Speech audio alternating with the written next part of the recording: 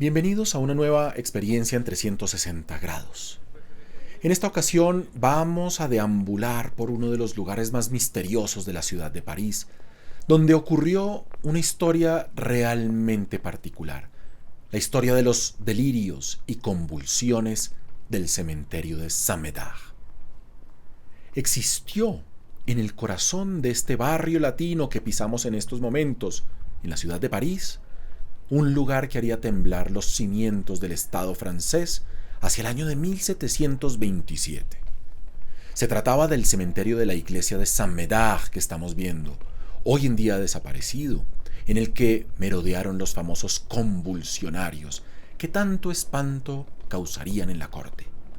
Eran esos los tiempos de la veneración del santo popular Francisco de París, que provocaría una catarsis colectiva, poniendo en alerta máxima a las autoridades de entonces. Nada estaba escrito en la vida de Francisco de París, y mucho menos que tras su muerte se fuera a convertir en un objeto de culto visceral, al punto de ser una amenaza para el orden público. Este sencillo diácono murió en 1727 tras una vida de sacrificios y de ascetismo. Sus fieles adoraban su modestia y la generosidad que ejercía con los más necesitados. En su testamento dejó muy claro que no quería de ninguna manera ser enterrado en la iglesia de su parroquia, sino en el cementerio, junto con los pobres a los que había ayudado en vida. Los parisinos comenzaron pronto a creer en su santidad, y poco después del entierro se vio a algunos de sus seguidores venerar su tumba. Hasta ese momento la vida de la capital seguía su curso habitual, si no fuera por el poder explosivo del rumor, que no es otra cosa que una información poco confiable que todos quieren creer. Sí, la fama del difunto comenzó a crecer cuando una señora gritó «¡Milagro!» en este cementerio de Saint-Médard, antes de salir corriendo a demostrarlo. Resulta que las reliquias de Francisco le habían curado una parálisis de nacimiento. En los meses siguientes, el santo Francisco dio un salto al estrellato con curaciones espectaculares que hicieron subir la fiebre de la ciudad hasta el delirio.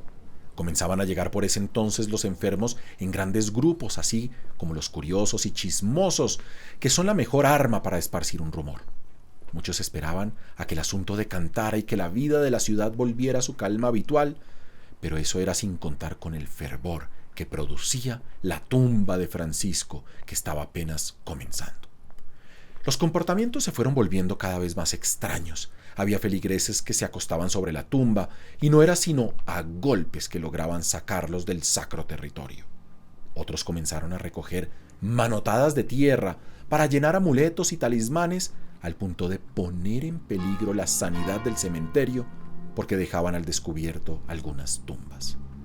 El arzobispo comprendió rápidamente que el asunto se estaba saliendo de control y que algunos movimientos religiosos alternativos comenzaban a aprovecharse de estos hechos para hacer proselitismo. Algunos de estos grupos, como los jansenistas, utilizaban los delirios de la ciudad para probar que eran ellos los verdaderos creyentes de la fe católica.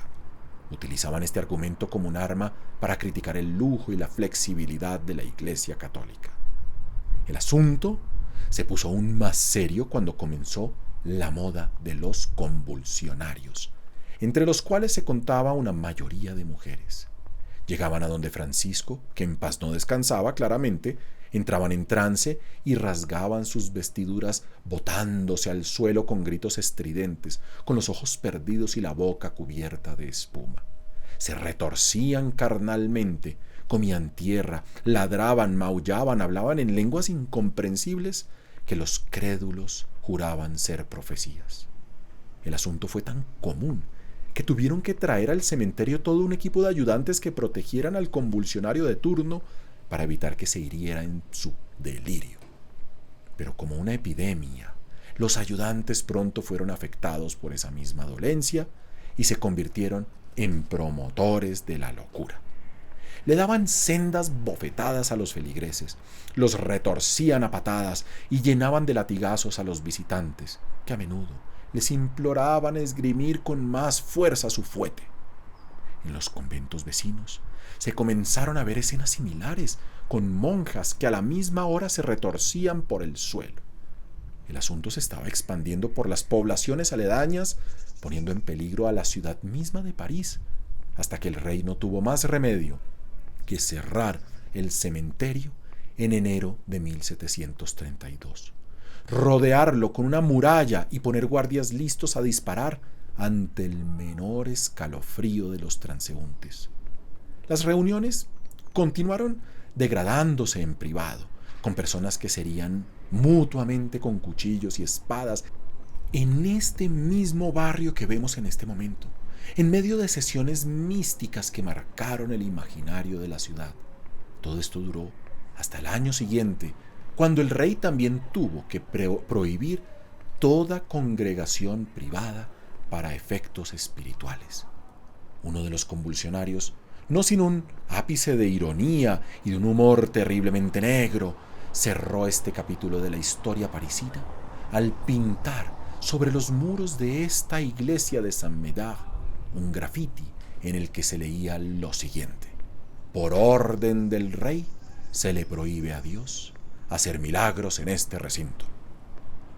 Así que, con esta historia terminamos nuestra visita del barrio Saint-Médard, en la orilla izquierda de la ciudad de París, en pleno barrio latino, donde se vivió uno de los hechos más curiosos de la historia de la ciudad, las convulsiones alrededor del cuerpo de Francisco de París, que durante mucho tiempo no pudo descansar en paz. Si les gusta este contenido, denle un like a esta experiencia en 360 grados y no olviden descubrir nuestras membresías del canal de YouTube, donde podrán acceder a horas y horas de cursos y conferencias de historia universal. Chao, chao.